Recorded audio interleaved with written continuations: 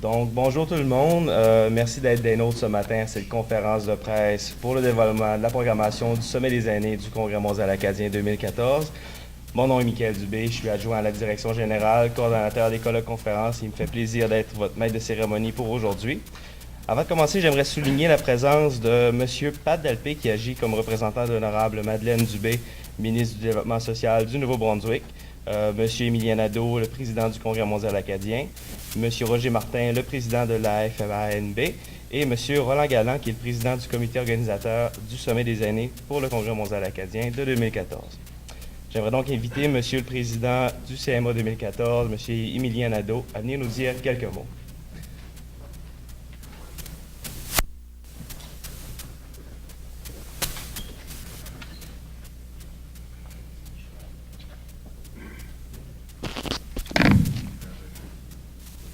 J'ai de la misère à vous voir parce que, comme d'habitude, il nous aveugle. Donc, très heureux d'être avec vous ce matin, et surtout très heureux que, pour la première fois dans l'histoire des congrès mondiaux acadiens, on ait un sommet des aînés. Je devrais vous dire, cependant, pourquoi, au moment où on a commencé à organiser ce congrès-ci, on a pensé à Sommet des aînés. C'est tout simplement à cause de l'environnement à la fois économique et socio-démographique qui nous entoure. Donc, dans notre région comme ailleurs au pays, la population vieillit. La population vieillit aussi de plus en plus en santé. L'espérance de vie est de plus en plus longue. Donc, il fut un temps où l'espérance de vie, c'était peut-être 60 ans, ça a été dans 70. Et si je ne me trompe pas, on est rendu dans 80 ou à peu près, en début de 80. Les gens sont mieux portants aussi, les fonctions de travail ne sont pas les mêmes qui étaient auparavant à cause de toute la modernisation. On est moins au bout de nos forces, on est moins au bout de nos capacités. Ça devient beaucoup plus des fonctions de travail qui sont à la fois intellectuelles, mais où on a peut-être moins besoin de force physique. Les conditions de travail aussi sont meilleures et les gens, en général, pourraient travailler peut-être un petit peu plus longtemps. Parce que pour ceux qui sont ici avec moi ce matin, on a à peu près le même âge, je suis le plus jeune de vous autres. Là. Mais, je suis sûr, je suis le plus jeune de vous autres, mais on sait que prendre une retraite et ne rien faire, meilleure façon de tomber malade. Parce que quand on se lève le matin, il faut savoir qu'est-ce qu'on va faire dans la journée. Il faut toujours avoir des défis. Les défis peuvent être peut-être un petit peu moins grands quand la capacité diminue, mais il faut quand même avoir des défis. Il faut quand même être là. D'avoir un sommet des aînés aussi dans un environnement comme celui-là, ça accorderait très bien avec ce qu'on s'est donné aussi à ce congrès-ci comme objectif pour l'après-congrès. On s'était dit, c'est beau de tenir un événement de cette envergure, c'est beau de réfléchir sur notre avenir, c'est beau de se rencontrer, de se côtoyer, de s'apprécier, d'échanger entre nous, mais il faut qu'il reste quelque chose après. Et on voyait deux moments importants dans l'organisation du congrès. La préparation au congrès, apprendre à travailler ensemble, à se connaître, à se côtoyer et réussir le congrès, puis l'après-congrès, qu'il reste quelque chose. Et là, on a pensé au volet économique. On sait que notre région pourrait, dans bien des domaines, se mettre ensemble. C'est une région qui a déjà d'ailleurs travaillé ensemble beaucoup plus qu'elle fait là.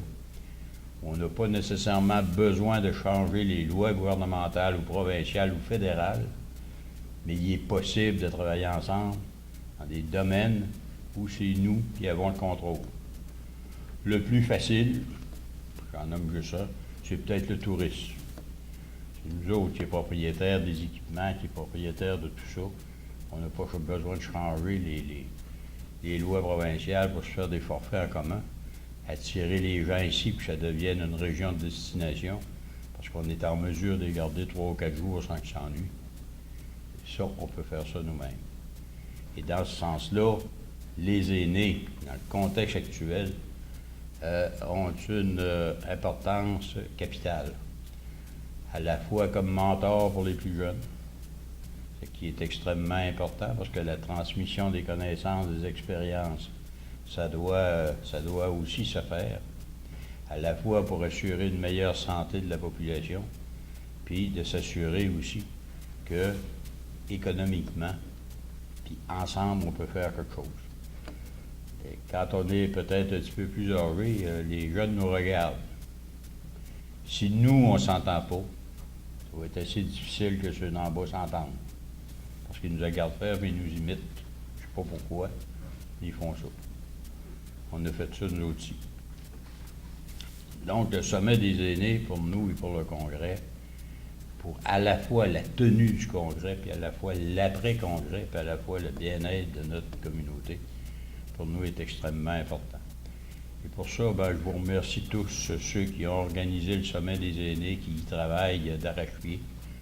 On me disait ce matin qu'on aurait fort probablement dans l'avenir aussi des jeux d'hiver pour les aînés. On avait déjà les jeux d'été. Jeux d'été qui se passaient au Nouveau-Brunswick, puis jeux d'été qui se passaient au Québec. Là, on aurait des jeux d'hiver qui se passeraient dans les 2 provinces. Donc, je pense que c'est déjà une retombée positive d'une organisation comme celle-là, parce qu'il faut que ces liens-là continuent et qu'on continue de travailler ensemble. C'est le bien-être de tous. Donc, merci à tous les organisateurs. Merci pour le travail que vous faites.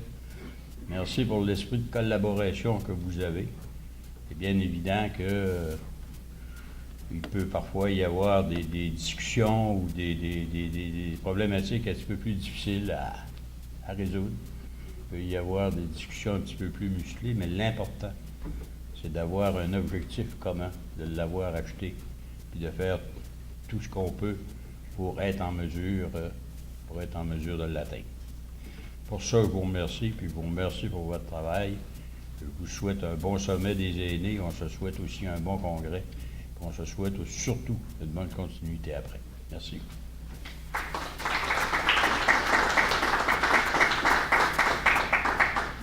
Merci beaucoup, M. Nadeau. J'inviterai maintenant le président de l'Association des aînés francophones du Nouveau-Brunswick, M. Roger Martin, à venir prendre la parole.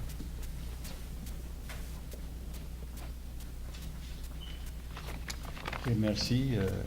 Je ne suis pas aussi doué que M. Nadeau pour prendre la parole, alors je vais me fier à mon discours que j'ai écrit.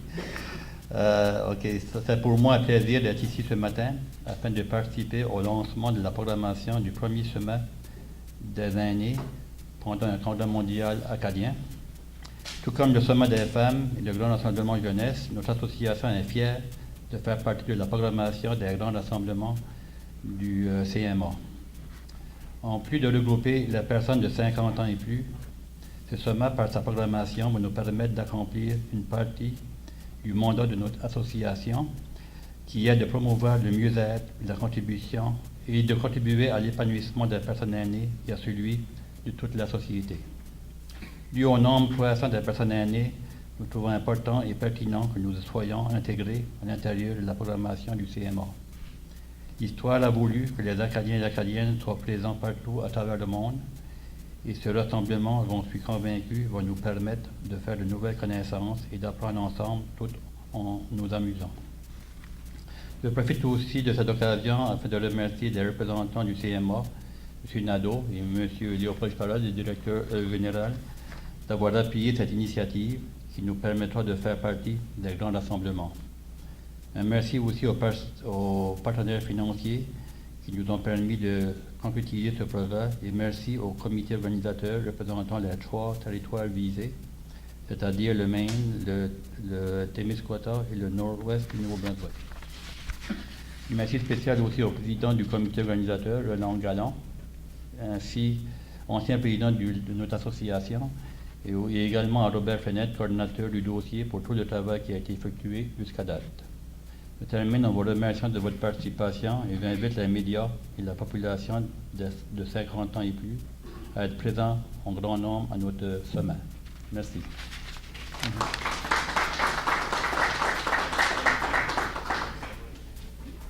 Merci beaucoup, M. Martin. J'inviterai maintenant M. Roland Galland, le président du comité organisateur du Sommet des aînés, à venir prendre la parole.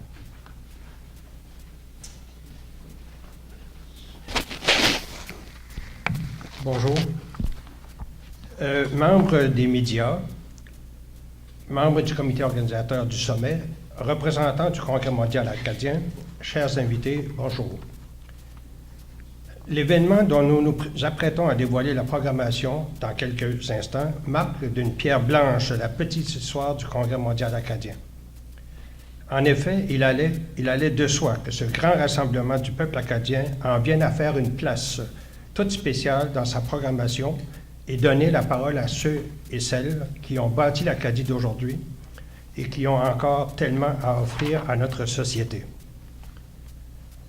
Comme le soulignait Roger Martin il y a quelques minutes, l'Association francophone des aînés du Nouveau-Brunswick, qui défend depuis plus de 13 ans les droits linguistiques et culturels des aînés francophones de notre province, a saisi une opportunité en or qu'est le 4e Congrès mondial acadien pour demander la création d'un espace de discussion et d'échange permettant aux 50 ans et plus de discuter des enjeux qui les touchent directement et qui ont une influence sur leur qualité de vie.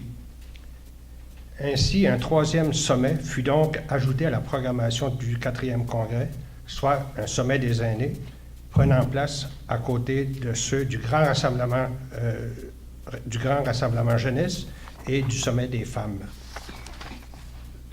En prenant conscience de la programmation du sommet qui vous sera présentée dans quelques instants, vous constaterez que nous avons voulu, pendant ces 2 jours de réflexion, mettre en lumière certaines préoccupations de notre société face à ce que nous réserve l'avenir pour notre population vieillissante. Mais d'abord et avant tout, nous avons voulu mettre à l'avant-garde le dynamisme, l'énergie, l'inventivité, je savais que j'allais avoir des misères avec ce mot-là, et le savoir-faire et la sagesse de ceux et celles que nous appelons nos aînés, et de plus en plus on parle des 50 ans plus. Les personnes vieillissantes peuvent être source de richesse pour nos communautés si nous mettons en place les mesures nécessaires pour leur faire une place à l'intérieur de nos milieux de vie, de nos initiatives collectives, en travaillant chaque jour à éliminer les barrières entre les générations. Nombreux sommes-nous à croire que l'âge d'or, 50 ans plus, que nous pouvons entrevoir comme la 3e étape de notre vie, peut certainement être le théâtre de projets et d'initiatives enrichissantes pour soi et pour ceux qui nous entourent. Nous voudrions donc qu'au sortir de ce sommet, les participantes et les participants auront changé leur vision du vieillissement et de la place des aînés dans notre société et auront élaboré une toute nouvelle mise en scène pour le reste de leur existence qui, nous le souhaitons, sera riche et gratifiante. Avant de laisser la parole au coordonnateur du sommet pour vous présenter le dévoilement de la programmation, j'aimerais souligner que ce sommet a été conçu notamment grâce à la collaboration et à l'expertise de groupes francophones d'aînés œuvrant dans plusieurs provinces canadiennes ainsi qu'aux États-Unis. Ces partenaires s'étant investis autant au niveau organisationnel qu'au plan du contenu. Plusieurs de ces collaborations sont d'ailleurs représentées au sein du comité organisateur du sommet et j'aimerais profiter de l'occasion pour vous les présenter, plusieurs étant présents ici aujourd'hui. D'abord, pour représenter la section Témiscouata Québec, M. Yves Michaud de la Rivière-du-Loup, Jean-Louis Briand d'Égely au Témiscouata, de même que René Paquette, directeur général du Carrefour 50 ans plus du Québec, qui est absent ce matin. Il travaille? Oui, faut qu'il y en ait qui travaillent. Hein. Pour représenter le Maine, Mme Elisabeth Jalbert Pecoraro de Fort Ken, je ne pense pas qu'elle est ici ce matin, non. Pour représenter le Nouveau-Brunswick, Mme Nora Saucier d'Edmundston. Jean-Louis Gervais de Saint-André et moi-même de Kedgewick. Également, membre du comité, Jean-Luc Bélanger, directeur général de l'Association francophone des aînés du Nouveau-Brunswick, qui est en vacances pour 2 semaines.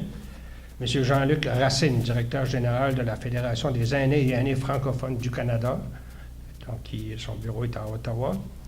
Robert Frenette, coordonnateur du sommet, travaillant pour l'Association francophone des aînés. Je mentionne également la participation de Anne Godin, agente de communication de l'Association francophone, qui nous a fourni un magnifique travail. Et finalement, sinon le moindre, Michael Dubé, coordonnateur des conférences et colloques du CMA.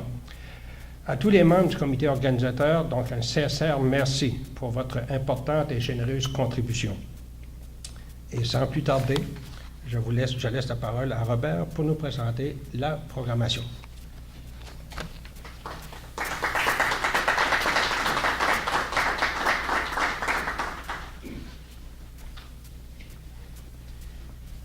Avant de vous présenter la programmation, pour faire suite au propos de M. Nadeau, peut-être vous dire que le fait qu'on a fait cette collaboration-là au niveau du comité organisateur pour organiser le sommet des aînés a fait en sorte qu'on a signé il y a quelques semaines passées une entente avec Carrefour 50 ans et plus du Québec qui, justement, regroupe les aînés du Témiscouata,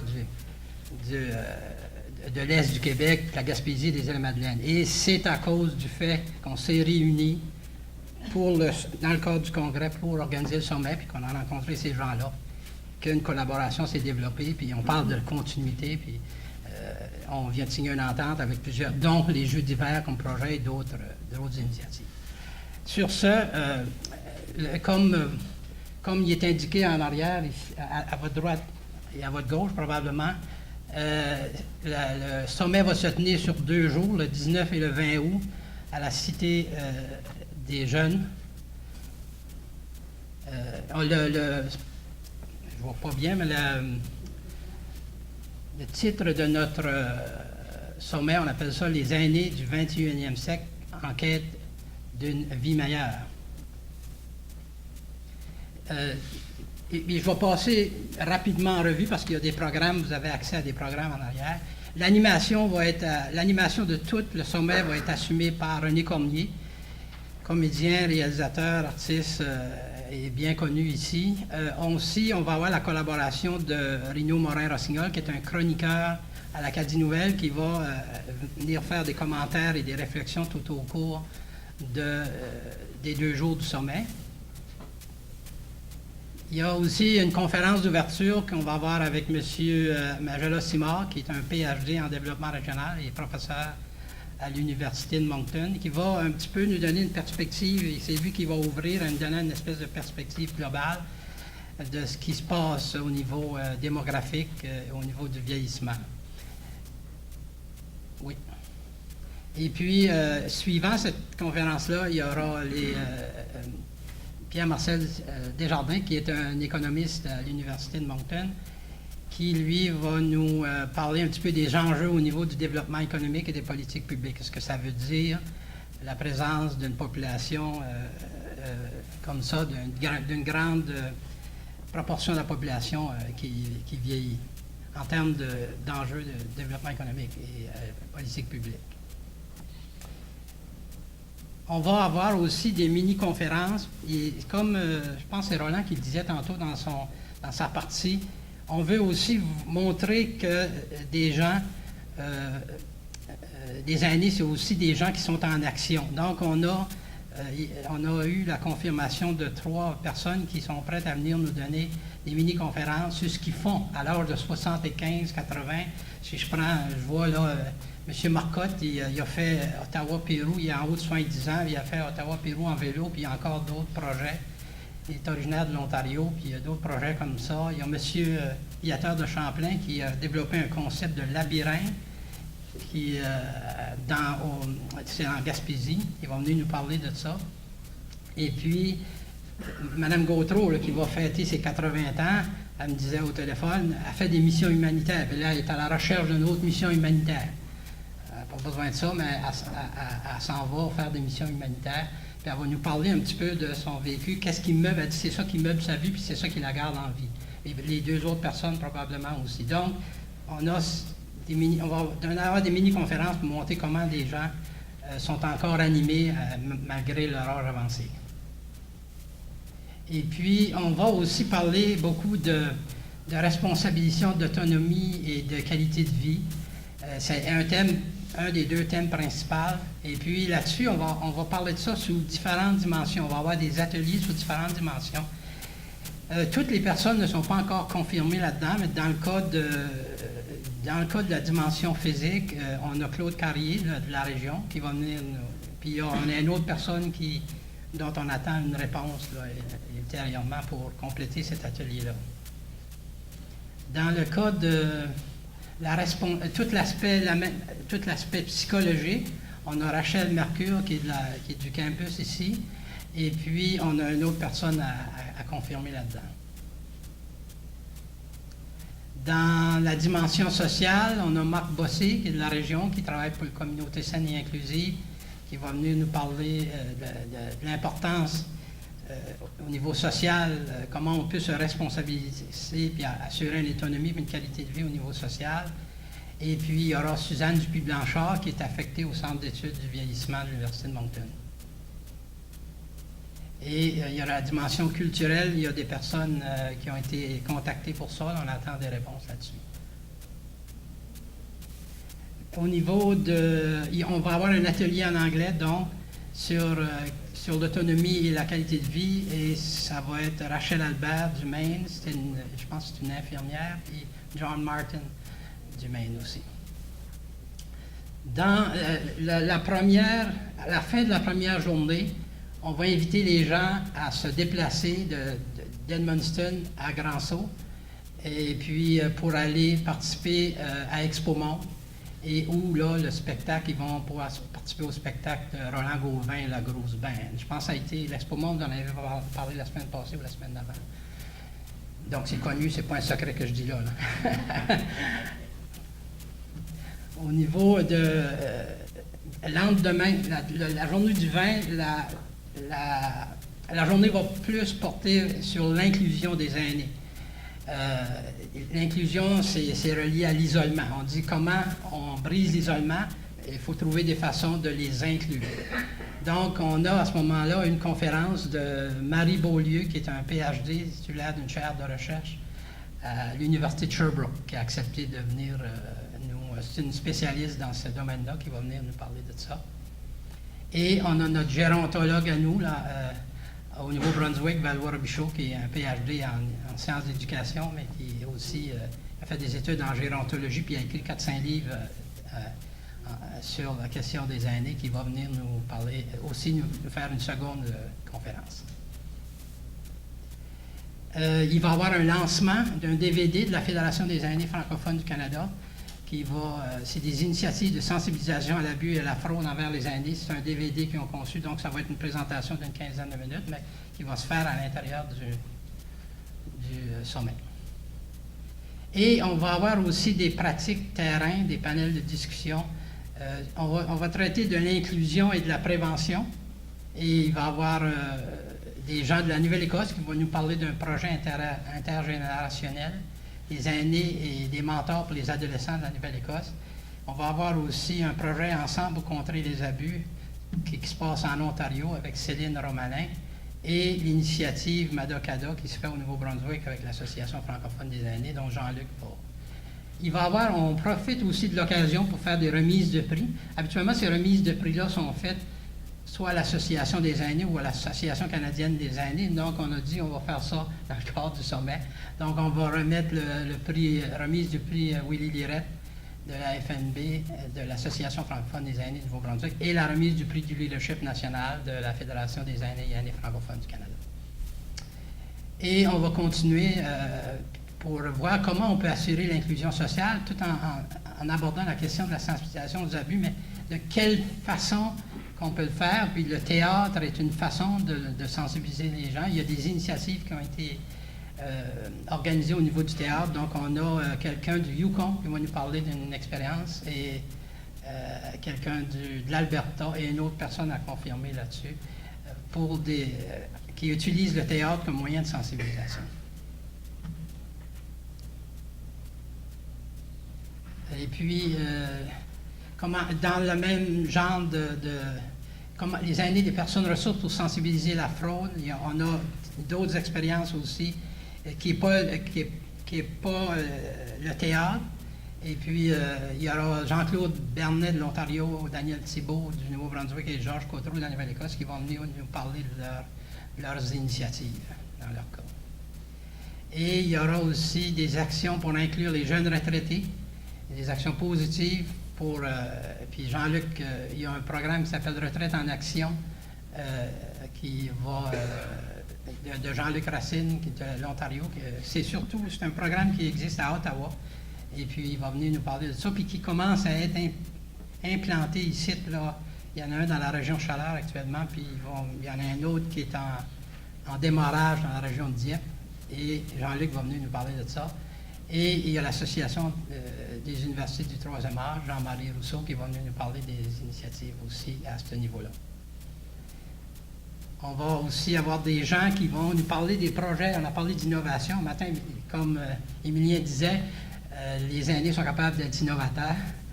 Et puis là-dessus, on va avoir des gens qui vont venir nous parler de leur expérience, dont Diane Gendron-Thibault de la région de Dieppe, qui va nous parler des jardins. Pour ceux qui n'en ont pas encore entendu parler, les jardins surélevés. Et puis les cuisines collectives, il y a quelqu'un de Témiscouata, Gisèle Bourgoin. Et le transport collectif, on a contacté quelqu'un. Il y a beaucoup de dossiers qui sont après démarrer sur la question du transport collectif pour les aînés. Donc, on a contact. Il y a quelqu'un on attend une confirmation pour quelqu'un pour nous parler de ce sujet-là. Et puis, l'inclusion sociale des aînés, on a deux très bonnes personnes là-dessus aussi.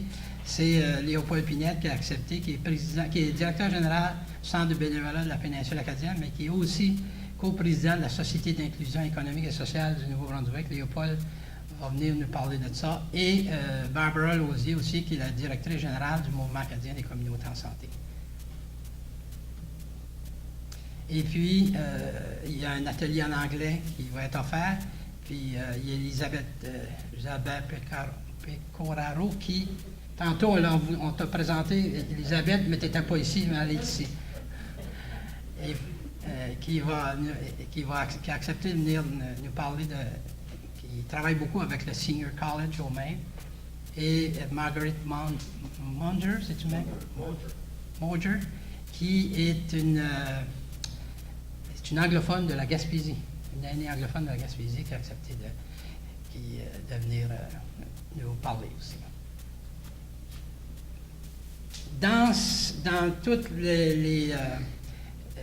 au cours des 2 jours, on va avoir aussi des moments ludiques. J'appelle des moments ludiques des activités ludiques.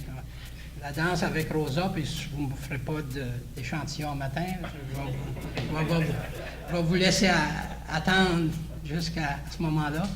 Et puis, on a les séances de rigolothérapie et le yoga du rire. Ça, c'est des moments ludiques qui vont être intégrés dans le sommet des aînés pour avoir des moments de détente à l'intérieur du sommet des aînés. Et c'est ce qui complète la programmation. Et on a des versions françaises, mais on va avoir des versions anglaises aussi. C'est à l'imprimeur actuellement. Ça fait que si vous avez des questions, je ne sais pas comment ça fonctionne, les questions, ça fait le tour du sommet.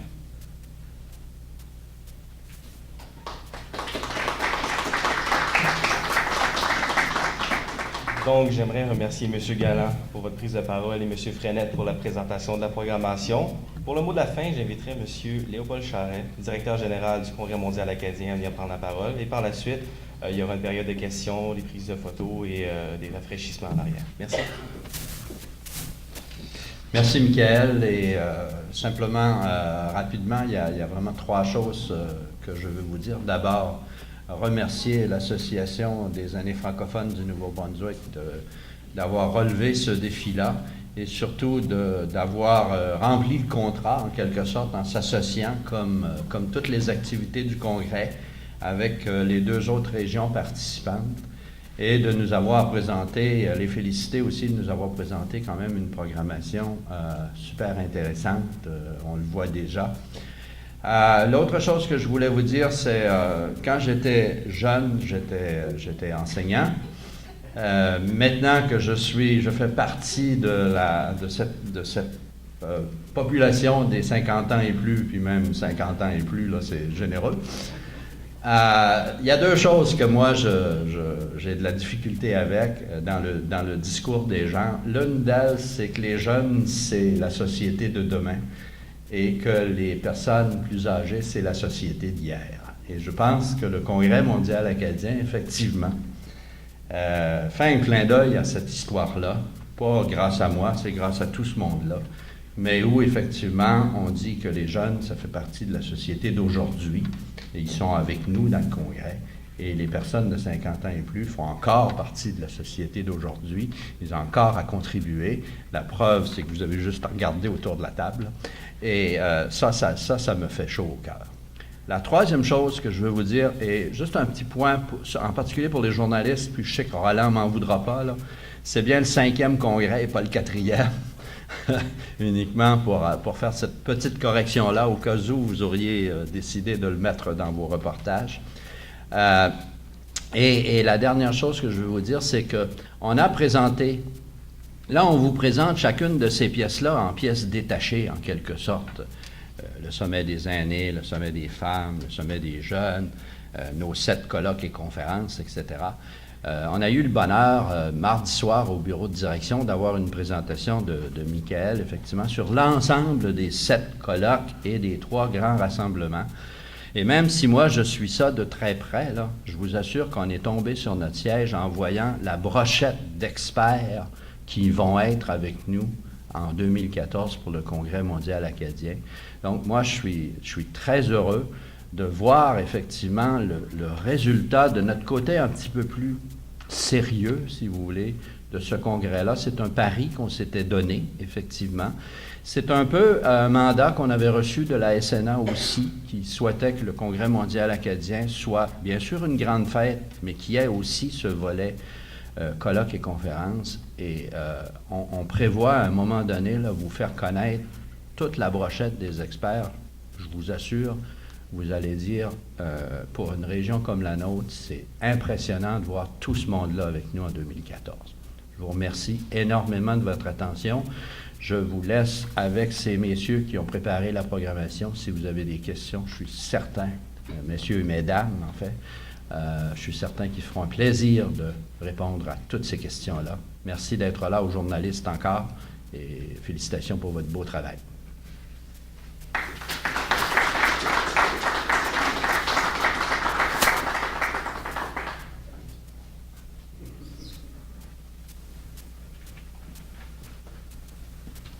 Donc, merci tout le monde. Comme je mentionnais tantôt, c'est ce qui marque la fin de cette conférence de presse. Donc, la période de questions est ouverte et je vous invite à échanger avec les responsables.